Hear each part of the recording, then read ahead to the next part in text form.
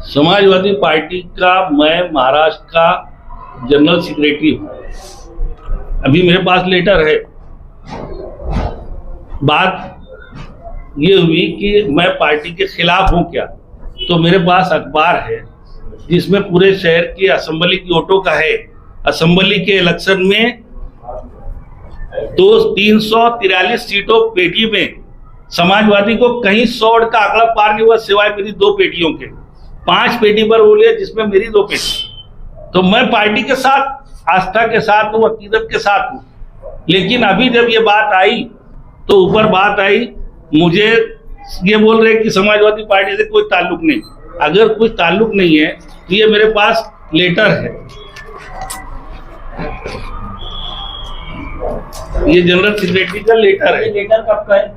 ये लेटर जो है 2027 तक वैलिड है, आप देख सकते हैं इसको।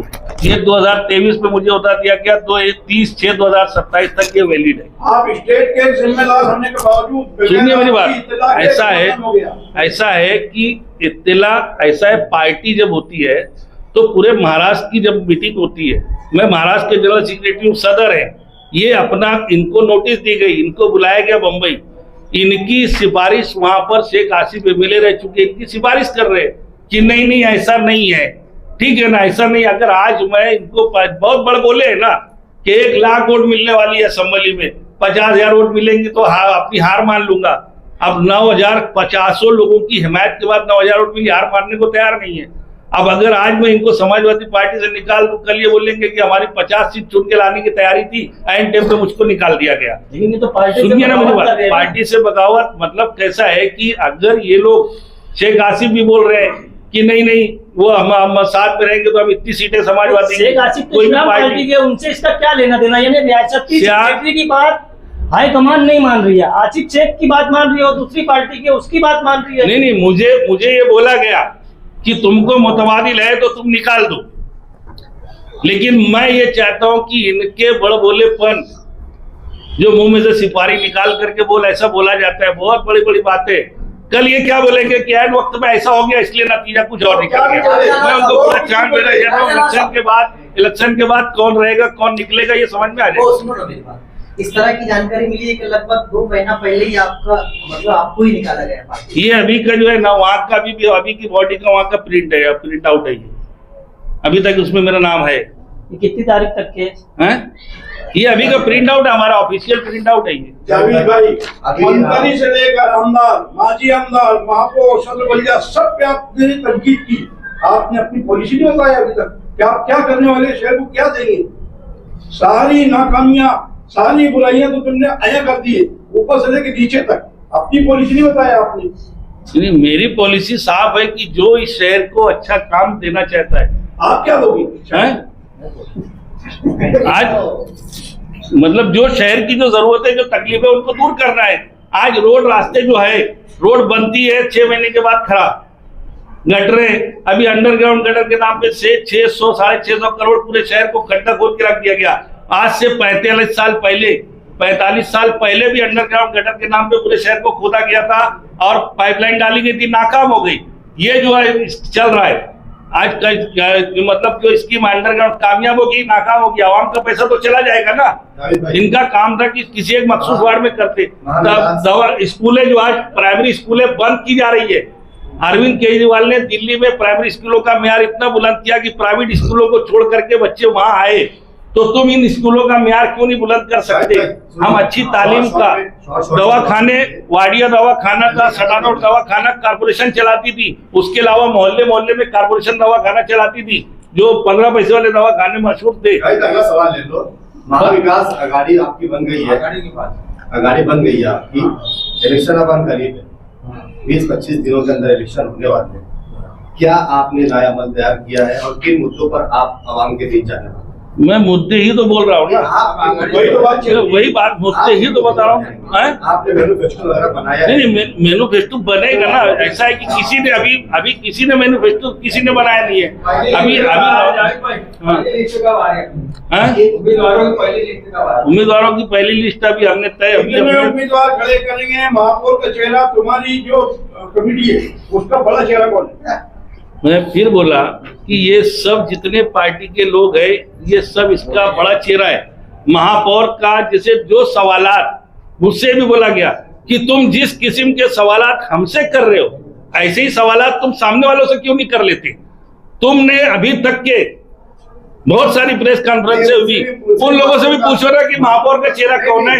सीधी बात है, अगली प्रेस कॉन्फ्रेंस में पूछा गया था कि आप मीडिया के ऊपर क्या मत रखो, अगली टाइम ही पूछा गया था उनसे कि तुम्हारा चेहरा कौन है। प्रेस कॉन्फ्रेंस में मैंने खुद पूछा था शेख आसिफ साहब। आपने शायद सुने नहीं होंगे उसको।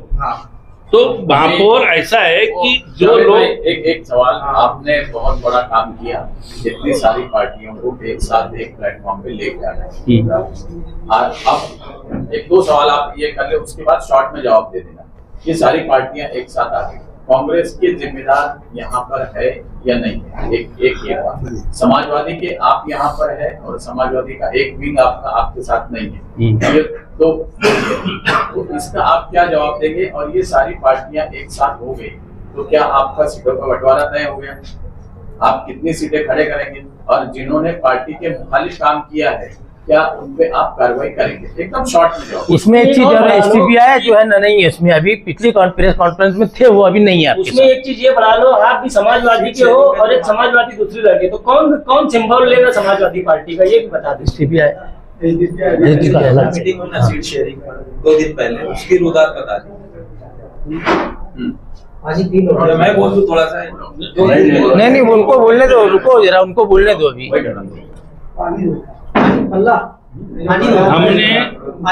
हमने तमाम पार्टियां, अगर सलीम रजवी साहब राष्ट्रवादी कांग्रेस के सदर हैं तो इनकी पार्टी की कारकर्दगी देख करके इनको ये होता दिया गया है।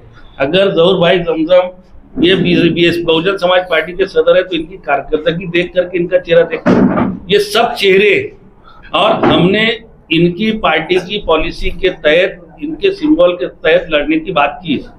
सीट शेयरिंग की बात ऐसी है कि अभी हर पार्टी के लोग अपने अपने उम्मीदवारों की, कौन कितने उम्मीदवार लड़ाएगा, अभी 2 दिन पहले जो हमारी मीटिंग हुई उसमें उन लोगों ने अपनी तादाद दी है। उम्मीदवारों के नाम अभी उन लोगों ने मतलब आज देने की बात है। उम्मीदवारों के नाम आने के बाद हम उसमें मुआवजा करेंगे, हमारी कमेटी तय करेगी। जहां पर एक ही उम्मीदवार है, जैसे जहां पर कोई टकराव नहीं है, एक पैनल में 4 चाहिए, अगर 4 नाम आए हैं तो वो 4 फाइनल रहेंगे। लेकिन अगर कोई वहां 5वां नाम है तो किसको कम करना और किसको तरजीह देना, ये हमारी कमेटी के लोग देख करके, जायजा लेकर के तय करेंगे। 2-3 दिन के अंदर हम लोग पहली लिस्ट जारी कर देंगे और उसके बाद हम लोग आगे इलेक्शन लड़ेंगे। मैं आप लोगों को ये बोलना चाहता हूँ कि कांग्रेस पार्टी के लोग नहीं है, लेकिन शरद कर्नाड साहब यहाँ मालेगांव के ऑब्जर्वर थे, इन्होंने ऊपर पार्टी को रिपोर्ट भेजी है। फैसला करने का इख्तियार जैसे महाराष्ट्र के सदर फैसला करेंगे, जो A फॉर्म B फॉर्म पर दस्तखत महाराष्ट्र के सदर की होगी। मेरी भी बातचीत वहां पर है कि A फॉर्म B फॉर्म पर दस्तखत कौन करेगा, मतलब मालेगांव में किसको देंगे, आप मुझे देंगे कि उनको देंगे, इसके बारे में उन्होंने बोला कि तुझे 2 दिन में हम लोग जवाब देते हैं। अभी बम्बई का जो मसला है, बम्बई की कारपोरेशन बहुत बड़ी है और अबू आसिम आजमी के लिए बम्बई की कारपोरेशन मेन है, तो उन्होंने मुझे बोला कि मुझे भी बम्बई का पहले कर लेने से, मैं तेरा मालेगांव का करता हूँ। और उन्होंने जो कुछ बातें मैं बताया ना कि शेख आसिफ साहब सिफारिश में जा रहे हैं कि इतनी सीटें, आज ये नौबत आ गई है कि इनके पास उम्मीदवार नहीं है तो शेख आसिफ अपने पास से उम्मीदवार दे रहे साइकिल निशानी पर लड़ाने के लिए। अब इतनी बड़ी पेशकश अगर वहां पर जा रही है तो मुझे भी उसके बारे में पार्टी क्या देखती है कि मेरे कितने चुन के आएंगे। पार्टी को मुनाफा वो दिखता है कि चुन के कितने आएंगे, तो मेरे पास जो उम्मीदवार है और जो उनके पास उम्मीदवार है, अब वहां से उम्मीदवार लाए जा रहे हैं। तो इन सब बातों को 2 दिन में वहां फैसला होगा।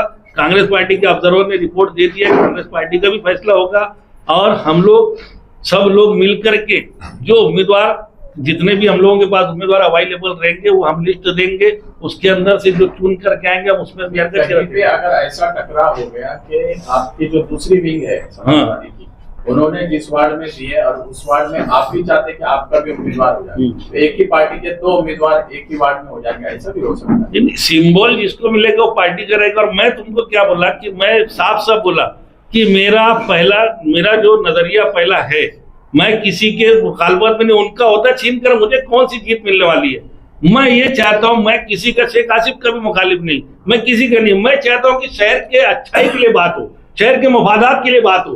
तुमने देखा कल का शेख आसिफ का बयान, मुझे सलीम मलिक साहब ने बताया, मैं सुना नहीं हूं पूरा, कि इलेक्शन ये जो है ये आवाम की बुनियादी मसाइल का, रोड गटर का, सड़क का, सेहत अम्मा का, साफ सफाई का, तालीम का मामला है कि ये बरवंगी और बांग्लादेश का मामला है, अक़वाम मुत्तहिदा में हम जा रहे हैं क्या? तो ये जो डाइवर्ट करने की बात कर रहे हो तुम, मैं बोला कि अभी जन्म दाखिले के मामले में बोलने बैठूंगा, जिस दिन बोलूंगा तो आधा घंटे की प्रेस कॉन्फ्रेंस हो रही, तमाम सबूत के साथ बोलूंगा। तो ये सब बातें जो है ना, एक एक विषय पर, तुम गांव का इलेक्शन है, गांव पर तुमने क्या किया, राज किया, ये लीडर ये पोजीशन में थे, मेयर की कुर्सी पर शेख आसिफ के घराने के लोग बैठे हुए थे, अपोजिशन लीडर कौन था? शानहीन थी ना, मुस्तकिम डिग्निटी थे ना। अगर कोई काम वहां गलत हो रहा था तो इन्होंने कितना रोकने की कोशिश की? ये सब सवाल का जवाब इनको देना चाहिए। इन सब मुद्दों पर जाने के बजाय रोहिंग्या बांग्लादेशी पर जाके बात करेंगे। सारी पार्टियां बैठी है, हाँ। तो क्या हम ये समझ रहे कि ये सारी पार्टियों की क़ियादत आप कर रहे हैं? मैं अभी बोला कि अगर मुझे क़ियादत करना होता तो मुझे उससे अच्छा मौका कभी नहीं था। मैं चाहता हूं कि जो भी क़ियादत करना चाहे वो आगे आए।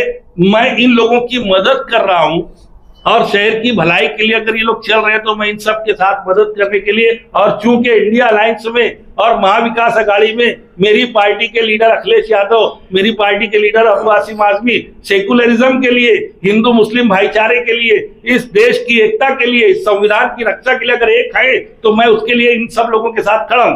आपकी तंजीम में इतिहास पारा पारा नजर आ रहा है, इतिहास दिख नहीं रहा है। पीछे जो पहले थे वो है नहीं, उसकी वजह क्या है? ऐसा है कि अभी तुमने सवाल किया एसडीपीआई का और 1 मिनट के अंदर एसडीपीआई का मैंने नाम नहीं लिया, यहाँ वो मौजूद है, ऐसे प्रमुख चेहरे जो नहीं है। ऐसा है कि अभी मैं बोला कि अभी इलेक्शन है, इलेक्शन लग चुका है, अभी हम लोगों ने जिम्मेदारी बांट दी है। प्रेस मीडिया में बैठेगा कौन, जवाबदारी कौन लेगा, फील्ड पर उम्मीदवारों को तैयार करने का काम कौन करेगा, और अगर शेयरिंग का क्या मामला है वो एक बता दीजिए, बोलने का चांस तो दे दो। इसी अभी क्या आप एकदम सुनिए ना मेरी बात। अभी आप बोले मैं क़ियादत नहीं कर रहा हूं, मैं दूसरे को बोलने का चांस। अब मैंने इसके पहले की प्रेस कॉन्फ्रेंस में सबको बोलने का मौका दिया तो आप मुझसे सवाल कर रहे थे। अभी मैं बोला तो आप बोलते इनको बोला ना आप घोड़े पे चलने दे रहे, ना पैदल चलने दे रहे आप लोग, ना घोड़े पे चलने दे रहे, ना पैदल चलने दे रहे। मैं उम्मीदवारी नहीं करने वाला हूँ। मैं तमाम उम्मीदवार पूरा वक्त उम्मीदवारों की मेहनत के लिए देता हूं। उम्मीदवारी करूंगा तो एक वार्ड में बढ़ जाऊंगा। कौन सी पार्टी इस पे सीटों का मुतालबा हर पार्टी ने अपने अपने अंदाज से सीटों का मुतालबा हमारे सामने रख दिया है, लेकिन हमने उनको बोला है कि वार्ड नंबर और उम्मीदवार के नाम के साथ में वो आज रात तक देने वाले हैं। उसके बाद हम लोगों का जो भी रहेगा, हमारे में कोई इख्तिलाफ नहीं रहने वाला है। हम लोग बहुत बड़े लोग नहीं है, हमारे यहाँ पर लाखों वाले नहीं है, हमारे यहाँ पर उसूल पसंद लोग हैं, और जब उसूलों की बात आएगी तो आदमी कुर्बानी देता है, और हम कुर्बानी देकर के जा रहे हैं। कितनी सीट आएंगी? ऐसा है कि अभी मैदान को सजने दो, मैदान को देखो। मैं क्या बोल रहा हूँ कि अभी मैंने बोला कि शहर को तो हिस्सों में बांट दिया गया है, हिस्सों में बांटा गया है। आज की सिचुएशन तो यही है कि नदी के उस पार किसकी आएगी, नदी के इस पार में पक्के इलाके में किसकी आएगी, कच्चे इलाके में किसकी आएगी। अब हम बदलाव के लिए निकले हैं, तो इसका आवाम कितना रिस्पॉन्स देती है उसके ऊपर है ना। अस्सलाम वालेकुम। वालेकुम सलाम। आज हमने मीडिया के लोगों को दोबारा बुलाया है क्योंकि अभी 4 दिन पहले हम लोगों ने एक प्रेस कॉन्फ्रेंस लेकर के मालेगांव महाविकास अघाड़ी के क़याम का ऐलान किया था। मीडिया ने बहुत सारे सवालात किए, मगर ऐसा रहता है कि एक ही वक्त में सारी बातें नहीं हो सकती। हमारा शहर जिन हालात से गुजर रहा है, हमारे शहर में जितने मसाइल हैं, इन मसाइल के लिए कौन जिम्मेदार है कौन नहीं है, इलेक्शन में क्या मुद्दा हो सकता है, ऐसी बहुत सारी बातें हैं जो एक वक्त में नहीं हो सकती। इसीलिए हमने तय किया था कि अभी अघाड़ी का ऐलान करना है। बहुत सारी पार्टियां हैं, 1 दर्जन से ज़्यादा पार्टियां हैं, हर पार्टी को नुमाइंदगी भी देना है। तो इसलिए हमने तय किया था कि अभी हमने जो कुछ तय किया अघाड़ी की तरफ से उसके ऐलान हम लोग कर देंगे, और मीडिया की तरफ से जो सवालात आएंगे उसके जवाब के लिए हम लोग अगला सेशन बाद में रखेंगे। और हमारा ये भी मकसद था कि जब हम अघाड़ी का ऐलान करेंगे उसके बाद में आवाम का रद्द अमल क्या है, आवाम के अंदर उसका क्या असरात जा रहे हैं, उसको भी हम समझ लेंगे। उसके बाद हम आप लोगों के सामने बैठेंगे। मीडिया में मालेगांव महाविकास अघाड़ी की बात जाने के बाद अवामी सतह पर दो किस्म के रुझान पाए गए। सबसे पहला सवाल तो ये है कि यार इस अघाड़ी का चेहरा कौन, जैसा कि यहां भी सवाल किया गया था कि यार मेयर का चेहरा कौन रहेगा, तो अघाड़ी का चेहरा कौन, या ये बोला गया कि कोई बड़ा चेहरा इस अघाड़ी में नजर नहीं आ रहा है। दूसरा बड़ा सवाल ज्यादा शिद्दत से किया गया समाजवादी पार्टी और कांग्रेस पार्टी के ताल्लुक से। हर बात के लिए मंजर और पसमंजर होता है। समाजवादी के ताल्लुक से मैं 2 लफ्ज में बोल दूं, मगर उसके पसमंजर को समझना भी जरूरी है।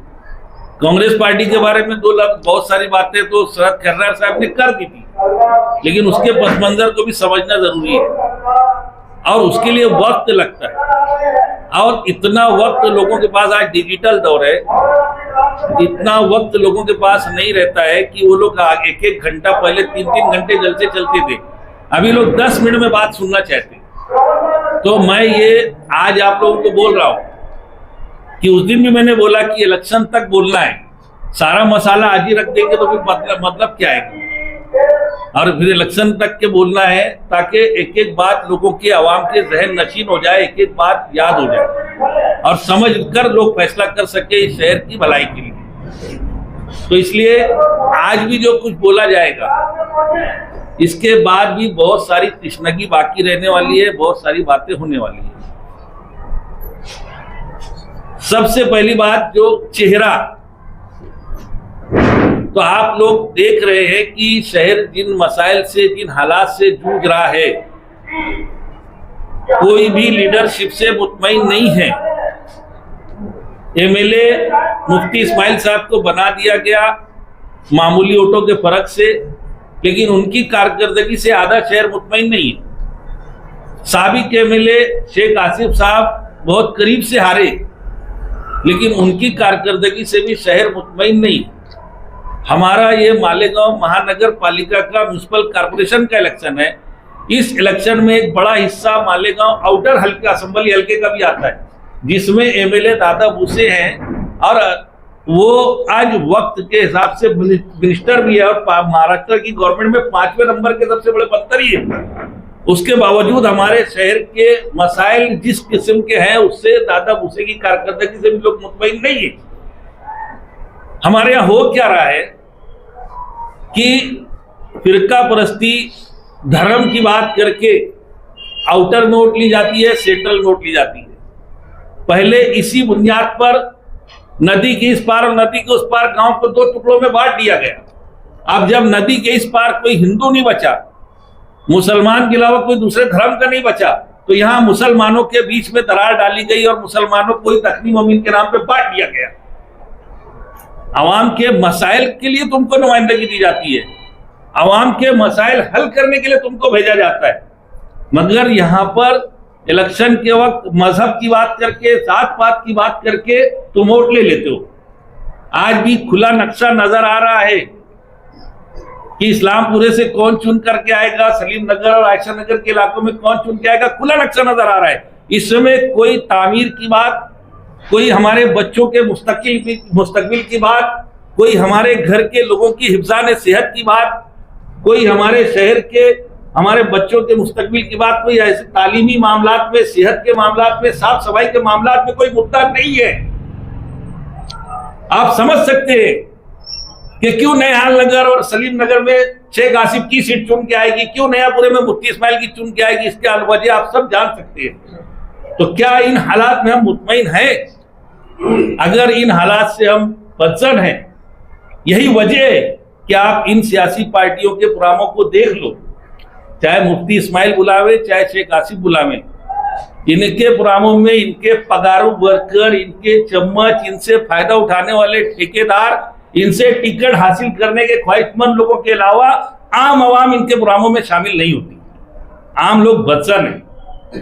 इसलिए कोई क़यादत की जरूरत है।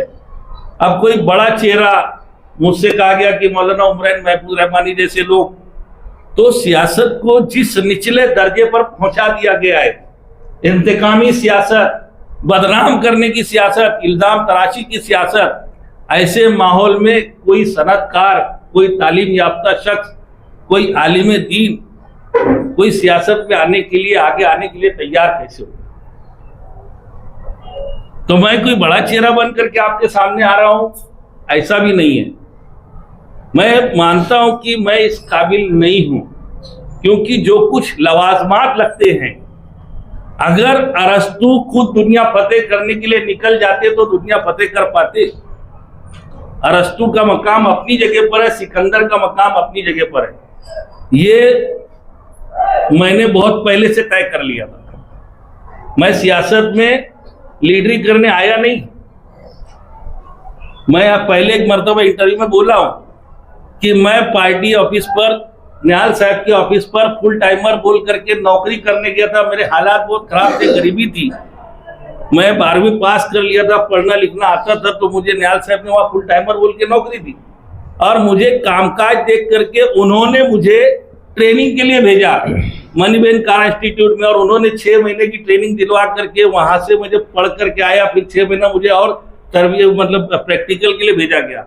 इस तरीके से मेरे पढ़ाई के पूरे अखराजात उठा करके मनीबेन कारा इंस्टीट्यूट से मुझे ऑर्गेनाइजेशनल ट्रेनिंग, तंजीम किस तरीके से होती है, कामकाज कैसे चलता है, निजाम कैसे चलता है, इसकी ट्रेनिंग दिलवाई। और उन्होंने ऐलान किया था कि ये मेरा जानाशीन बनेगा। अगर मुझे लीडरी करना होती तो इससे अच्छा मौका क्या था कि उस वक्त के बुलंद पाया लीडर ने मुझे अपना जानाशीन बनेगा ऐसा ऐलान किया था। तो मेरा तो काम था उनके हाथ पांव दबाता, उनके सिर की मालिश करता, उनकी हाजी हाजी करता, तो मैं उनका जानाशीन बन जाता। मगर उसूलों की बुनियाद पर मैंने उनसे इख्तिलाफ किया, और ऐसे वक्त में जब सब उनसे डरते थे, मैंने उनके खिलाफ तहरीक चलाई, उनके ऑफिस के सामने भूख हड़ताल करके बैठा, और उसके बाद उठ करके पूरे शहर में ताशा बजाओ आंदोलन करके मैंने उस शख्स की मुखालफत की। मेरी मुखालफत को लोग उस वक्त समझ नहीं सके, लेकिन जब 90 के इलेक्शन आए, लोगों ने मेरा सपोर्ट भी किया आवाम ने, मगर मेरी उम्र कम थी। मैंने असेंबली का फॉर्म भरा, मेरा फॉर्म रिजेक्ट हो गया, उम्र कम थी मेरी। मैंने जिस उम्मीदवार को खड़ा किया डमी में, उसको खरीद लिया गया, उसको पैसे देकर बिठा लिया गया। तो 90 के इलेक्शन फिर निहाल साहब जीत गए। 92 में 91 में उसके असरात ये हुए कि इनको मेजॉरिटी नहीं मिल सकी म्यूनसिपैलिटी में, यूनुस ईसा सदर बल्दिया बन गए। 92 में बाबरी मस्जिद शहीद हो गई, तो मुझे उस वक्त थाना अंसारी साहब ने बोल दिया था कि निहाल अहमद 95 का इलेक्शन फिर जीत जाएगा, क्योंकि यहाँ पर भागलपुर में फसाद हुआ तो उसका किस्सा सुना गया, वोट ले ली जाती थी। इतना बेवकूफ बनाते थे लोग।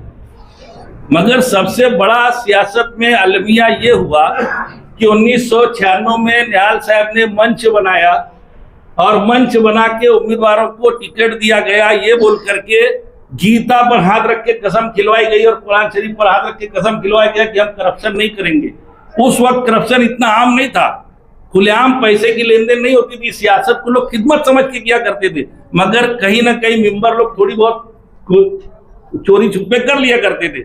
तो ऐसा ना करे, कुरान शरीफ पर और गीता पर हाथ रख करके कसम खिलवा करके टिकट दिया गया। और जब लोगों ने इस पर भरोसा करके उनको मेजॉरिटी दी, साजिदा मैडम सदर बल्दिया बनी, उसके बाद खुद साजिदा मैडम ने पैसा लेना शुरू कर दिया। पूरे शहर में हलचल मची कि ये क्या हो रहा है। सवाल हुआ तो निहाल साहब ने किदवाई रोड पर जलसा लेकर के बड़े जलसे में बोला कि हाँ मैंने पैसा लिया, हाँ हमने पैसा लिया है। अब क्या करेंगे? तब लोगों को मेरी बात समझ में आई और 1999 में निहाल साहब को हराया गया। निहाल साहब के हराने के बाद शेख रशीद साहब आए। शेख रशीद साहब ने वो काम किया कि हमेशा मालेगांव के लोग गिरना डैम के पानी की मुखालफत करते थे कि वो पानी महंगा है, गंदा है, और जो चनकापुर का पानी है साफ सुथरा है और फ्री में आता है। मगर इन्होंने सबसे पहले असेंबली में जाने के बाद पानी का ही सौदा कर लिया। उसके बाद कारपोरेशन की मुखालफत करते थे, इन्होंने कारपोरेशन की हामी भर दी। इस तरीके से शेख रशीद साहब जो है वो भी लोगों की तवक्कुआत पर पूरे नहीं उतरे। 2001 का फसाद हुआ, उस फसाद में इनके किरदार पर उंगली उठी। मैंने यूनुस ईसा साहब से कहा कि आप समाजवादी पार्टी में आओ। उनको समाजवादी उनके घर जाकर के बोला, उनके समधी जो है औरंगाबाद में समाजवादी के जिम्मेदार थे, उनसे बात करवाई। और 2002 के इलेक्शन में समाजवादी पार्टी को तीसरी ताकत बन करके उभरने का मौका मिला, लेकिन उसके बाद यूनुस ईसा साहब ने वो एक्टिविटी नहीं दिखाई जैसी दिखाना चाहिए थी और समाजवादी पार्टी का डब्बा खुल गया। 2004 का इलेक्शन शेख रशीद साहब फिर जीत गए, लेकिन 2005 में शेख आसिफ को सदर बल्दिया बनाने के बाद इनकी कारकर्दगी और शेख आसिफ के मेयर की कारकर्दगी देख करके ये हुआ कि अब क्या किया जाए। सब पर भरोसा कर रहे, कुरान शरीफ और गीता पर हाथ रखकर लोग झूठ बोल रहे, तो क्या किया जाए। तो ऐसा हुआ कि अब मस्जिद में से एक आध इमाम साहब को लेके आ जाओ, तो लाया गया इमाम साहब को भी। 2007 में मौलाना को लाए पकड़ के, इमाम साहब को मसल्ले पे तो उठा के लाए कि अब तुम क्या रद्द कर लो, लेकिन इन्होंने तो मसल्ले ही बैठ डाले। मैं उनको बोला कि अगर तुम चाहते तो जैसे तुमने बोला था कि इस्लाह सियासत के लिए आए, इस्लाह माशरा करते करते इस्लाह सियासत के लिए आए, अगर उस वक्त तुमने उम्मीदवारों का पैसे कौड़ी की तरफ नहीं गए होते तो शायद ये हाल नहीं होता। ये इज्तिमा हुआ था, इज्तिमा में लोगों ने रजाकाराना खिदमत दी थी। तुम अगर बोले होते कि बैतुल माल की हिफाजत भी दीन का एक हिस्सा है तो तुम रजाकाराना तौर पर उम्मीदवार का काम करो, तुमने उम्मीदवारों को पैसा खर्चा करने नहीं दिया होता तो शायद ये हालात नहीं होते। आज पैसे की सियासत इतनी बुरी हो गई है क्या तुम देखो कि 40-50 लाख आदमी मेहनत करके, मेहनत कशों का शहर है, ये मजदूरों का शहर है। यहां पर हम लोगों को मजदूरी क्या मिलती है? एक आदमी पूरी जिंदगी मेहनत करता है, थोड़ी पूंजी जमा करता है तो 4-5 लाख रुपए का एक घर बना पाता है। पूरी जिंदगी मेहनत करके 4-5 लाख रुपए का एक घर बना पाता है। ऐसे शहर में इलेक्शन लड़ना है तो 40 लाख 50 लाख रुपया लगने वाला है। कोई वर्कर, आवाम का खिदमतगार आज मैदान में आने को तैयार नहीं है। मैं तुमको बोल रहा हूं, ये जो मेयर बनाने का दावा कर रहे हैं कि हमको मेजॉरिटी दो, हम झंडा लहरा देंगे, इनके पास भी शहर में उम्मीदवार नहीं है, ये उम्मीदवार ढूंढते फिर रहे हैं। मैंने बोला इसके पहले भी कि तुम फिरका परस्ती का ऐसा माहौल खड़ा कर दिया कि तुम्हारी हिम्मत नहीं है नदी के उस पार जाकर के उम्मीदवार खड़ा करने की, और ना नदी के उस पार वालों की हिम्मत है कि इधर आके खड़ा करने की। ये शहर सबका मिला जुला है। हिंदू का ताना बाना है तो मुसलमान का कपड़ा है, मुसलमान का कपड़ा है तो प्रोसेस हिंदू का है। मुसलमान को खाना खाना है, अपने गली मोहल्ले की किराना दुकान से सामान ले रहा है, लेकिन किराना का होलसेल का मार्केट हिंदुओं का है। तुम कैसे यहाँ पर भेदभाव कर सकते हो? कैसे इनको अलग कर सकते हो? और फिर हम हिंदुस्तान में रहते हैं, हम भारत में रहते हैं। ये भारत सभी मजहबों का, सभी लोगों का गुलदस्ता है, और आज हमारे शहर को फिरका परस्ती का ऐसा लेबल लगाया गया, हमारे ऊपर वोट जिहाद, लैंड जिहाद, आतंकवादी, बांग्लादेशी, रोहिंग्या के इल्जामात लगाए जा रहे हमारे अपने लीडरों के बयानात की वजह से। एक एक बात बोलूंगा तो बहुत मैं बोला कि मैंने जब किरीट सोमैया की इंटरव्यू बोला कि जिस दिन मैं किरीट सोमैया का विषय बोलूंगा आंखें फटी रह जाएंगी। इन सब बातों को छोड़ करके आज हम लोग सिर्फ पैसों के लिए, तो 40-50 लाख रुपए इलेक्शन में कौन लगाएगा? जिसके बाद जुए वाले, सट्टे वाले, तोड़ीबाजी करने वाले, आवाम का खजाना लूटने वाले, गुंडागर्दी करने वाले, यही लोग मैदान में आएंगे। क्योंकि ये 40-50 लाख लगा करके हासिल क्या होने वाला है? आज 40-50 लाख खर्चा करो, फिर गिनती होने के दिन इंतजार करो कि जीता कि हारा, और जीतने के बाद भी क्या होगा, वो पैसा कहां से रिफंड आएगा? तो आज हमारे शहर को यही जो गलत पैसे जिनके पास है वही हमारे शहर की क़यादत करेंगे। मैं हमेशा इस बात की कोशिश किया कि 2 रुखी सियासत नहीं होना चाहिए, 3 रुखी होना चाहिए। 2 टीमें फुटबॉल के गेंद को लात मारती है। मालूम है कि मैं फुटबॉल के गेंद को लात मारूंगा, उड़ करके सामने वाली टीम के पास जाएगी गेंद, और सामने वाली टीम भी लात ही मारने वाली है। गेंद के हिस्से में उसके नसीब में लात खाना लिखा है। अगर मेरे शहर की आवाम के नसीब में लात खाना लिखा है तो ठीक है, हम लात खाने के लिए तैयार है। लेकिन फुटबॉल के मैदान में एक अंपायर भी होता है, वो बोलता है कि लात मारो, तुम्हारा हक है, लात मारो, मगर उसके भी कोई उसूल है। कोई गलत तरीके से लात मार देता है तो वो फुटबॉल के मैदान का अंपायर उस गेंद को उठा करके गले लगा लेता है कि फौल है, गलत है, मैं नहीं होने दूंगा। ऐसी कोई तीसरी ताकत भी हमेशा इस शहर में रहना चाहिए, मेरी हमेशा से कोशिश रही है, और इसीलिए मैंने मुख्तलिफ वक्तों में मुख्तलिफ कोशिश की। और इसी कोशिश में हमने समाजवादी पार्टी को हमेशा वो किया कि कोई नई क़यादत दे।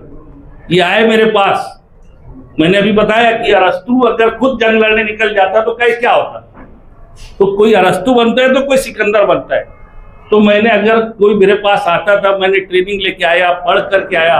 मेरे उस्ताद निहाल अहमद को कभी कोई बात जब मैं पढ़ चुका तो मुझको मालूम था कि यार ये पढ़ा हुआ है, तो कभी कोई जरूरत पड़ी मेरे पास आए, दसियों बार आए कि यार ये ऐसा। और अल्लाह का एहसान है कि जो भी एमएलए रहा, वक्त का जो भी हो रहा, कभी आप उनसे पूछ लो कि जावेद अनवर अपने जाती काम के लिए किसी के पास मदद के लिए गया क्या, लेकिन मेरे गली मोहल्ले में पूछो कि हर वक्त के एमएलए मेरे दरवाजे तक आए मदद के लिए। तो मैं, मेरे पास कोई आएगा रहनुमाई के लिए तो मैं एक उस्ताद हूँ, मैं अच्छे सबक दूंगा।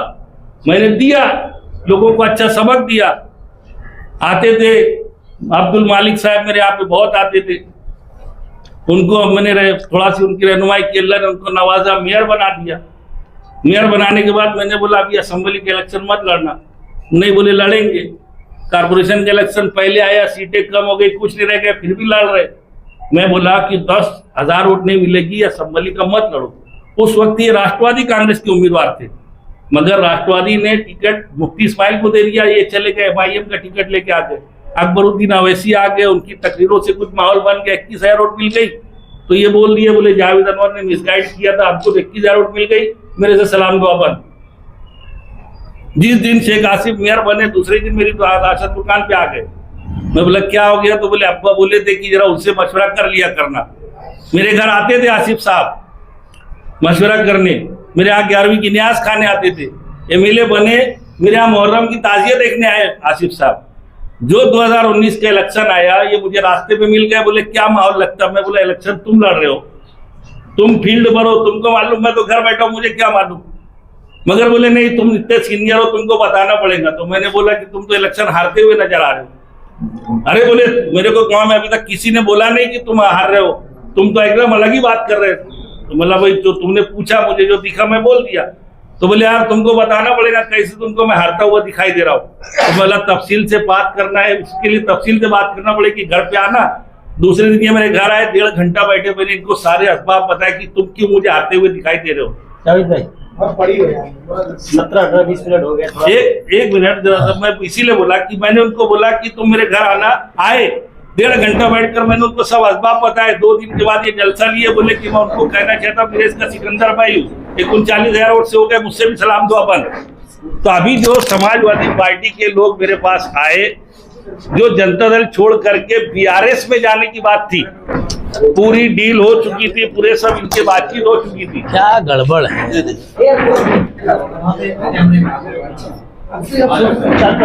चलो बोलो। बोलिए। समाजवादी पार्टी के ये जनता दल सेकुलर में थे, इन्होंने इस्तीफा देने की बात की, मेरे पास आए कि हम लोग जनता दल सेकुलर छोड़ना चाहते हैं। बोला क्यों छोड़ना चाहते हैं, बोले आप बीजेपी से समझौता हो रहा है देवेगौड़ा साहब का। मैंने उनसे बोला कि जनता दल सेकुलर का समझौता बीजेपी से पहली बार नहीं हो रहा है।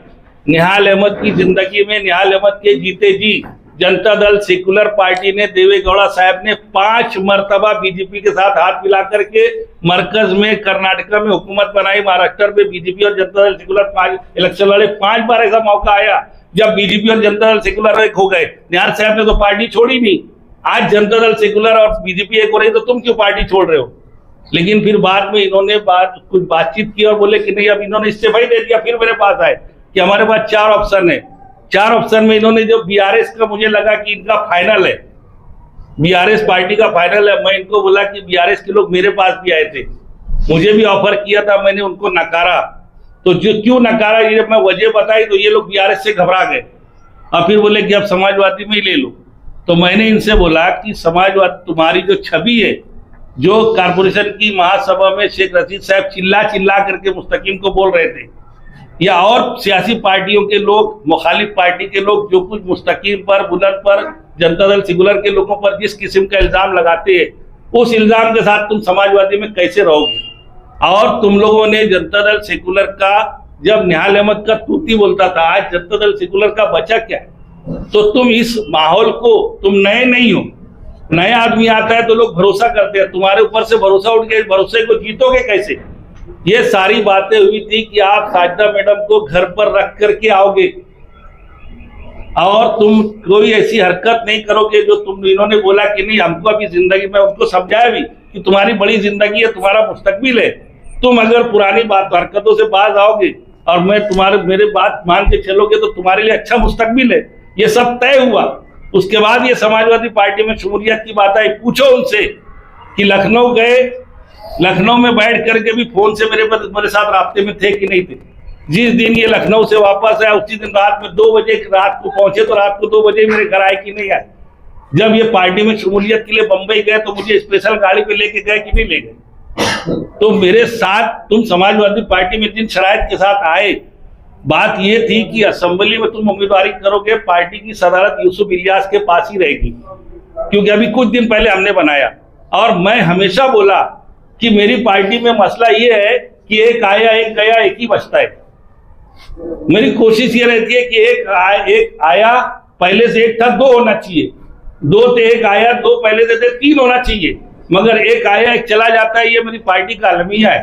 तो अभी यूसुफ इलियास सदर है, वो रहेंगे, तुम आ रहे हो तो एक और एक 2 हो जाना, 2 बड़ी ताकत रहेगी। मेरी तीसरे लोगों से ही बात है, 4 चौथे लोगों से ही बात है, मगर पता नहीं क्यों मेरे घर में बैठ करके 12 लोगों के बीच में मुस्तकीम ने बोला कि साजिदा मैडम तो बोलती है कि तू दुश्मन है साजिद का, जो तू उसको सदर बनने नहीं दे रहा है।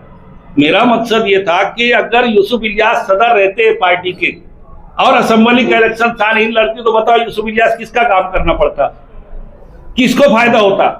मगर मैं यूसुफ इलियास को सदर रहने को बोल रहा हूं तो ये मुझसे मेरे से सलाम दुआ बंद, मुझको उसका हिमायती समझ ली। फिर अखिलेश यादव की तारीख आ गई, अबू आसिम अखिलेश यादव का बैनर लग गया, तारीख कैंसल, जलसा कैंसल, अबू आसिम आजमी का जलसा कैंसल हो रहा है। इनको लगा मेरा हाथ है, मेरे घर आके बैठ गए। तो डायमंड हाउस में जलसा हुआ। मैंने उस वक्त की वीडियो उठा करके देख लो कि मैंने अबू आसिम आजमी को तकरीर खत्म होने के बाद बोला कि इसका टिकट का ऐलान करो। उस वक्त की वीडियो है। 2 मिनट में मेरी बात कंक्लूड कर रहा हूं। मैं जानबूझ करके इसीलिए उस दिन यार ये सारी बातें, अब मैं चाहता था कि ये लोग अगर अपनी बात हरकतों से बाज आकर के एक नई क़यादत इस शहर को देंगे, मुस्तकीम और शान-ए-हिंद, तो मैं उनकी सपोर्ट पे था। मगर असेंबली इलेक्शन के बाद इलेक्शन में इनकी हरकतों से ऐसा लगा कि ये तो खुद सरेंडर हो गए। जिन 2 लीडरशिप से आवाम मुतमईन है, आवाम मुतमईन नहीं है, उनके खिलाफ एक तीसरी लीडरशिप अगर मैं उभारना चाहता हूं और उसके बाद तुम उन्हीं के जाके जुत्ते सीधे करोगे तो फिर कैसे चलेगा। ऐसी हालत हो गई कि इनके पास आज टिकट कोई वार्ड नहीं बचा, कहीं पर कुछ नहीं है। लेकिन अब ऐसा हो गया कि अब इनको या तो पार्टी से निकालूं तो फिर मुझे पार्टी में किसी को लेना है, और अगर मैं इनको पार्टी में रहने दूं तो मैंने इनके सामने पहले बोला था, 29 अगस्त को मैंने यूट्यूब पर इंटरव्यू भी दिया, 27 अगस्त को अखबारात में भी खबर दिया कि इस्लाम पार्टी के उसूल और समाजवादी पार्टी के उसूल अलग है, एक साथ नहीं हो सकते। और उसी वक्त तो मैंने बोला था कि समाजवादी पार्टी के लोगों को ये काम करना चाहिए कि जो सेकुलर फोर्सेस है, महाविकास अघाड़ी के तर्ज पर या इंडिया अलायंस के तर्ज पर, इन्होंने कोशिश करना चाहिए सबको एक करने की। अगर मुस्तकीम शान-ए-हिंद एक तरफ, एजाज बेग कांग्रेस पार्टी के एक तरफ, राष्ट्रवादी कांग्रेस के सलीम रजवी, राजेंद्र भोसले, राजू भैया, राजेंद्र भोसले, शिवसेना उद्धव बाला साहब ठाकरे की यादव हीरे, अगर ये सारी ताकतें इकट्ठा आएंगी तो क्या इस शहर में बदलाव नहीं आएगा क्या? ये कोशिश क्यों नहीं की है मुस्तकीम डिग्निटी ने? तुम ये बोलते हो शान-ए-हिंद ने क्यों नहीं किया कोशिश, एजाज बेग ने कोशिश क्यों नहीं की कि इन दोनों के तुम पार्टी अगर इतने अच्छे लीडर है ये लोग तो इनकी पार्टी में चले जाओ, पार्टी का अलग झंडा डंडा भी लेके बैठोगे, इनकी लीडरों के पीछे इनके पीछे भी घूमेंगे, तो ये कौन सी सियासत है? अगर मुफ्ती इस्माइल इतने अच्छे लगते हैं एजाज बेग को तो चला जाए मुफ्ती इस्माइल की पार्टी में, इनको शेख आसिफ अच्छे लगते तो उनकी पार्टी में चला जाए। लेकिन ये आवाम को धोखा देने का काम, आपाबाजी खेलने का काम, 2 पार्टी की सियासत में ये होता है कि वर्करों को, आवाम को लड़वा दिया जाता है, लीडर बैठ करके मजा मारते हैं और आवाम मसाइल से जूझ रही है। तो मैंने उस वक्त बोला था कि इन्होंने ये काम करना चाहिए था, नामुमकिन नहीं था। ये मैंने आप लोगों के सामने बताया और ऊपर बात चली है समाजवादी पार्टी में, बात तभी हो जा रही है सर। प्लीज शॉर्ट करो भाई।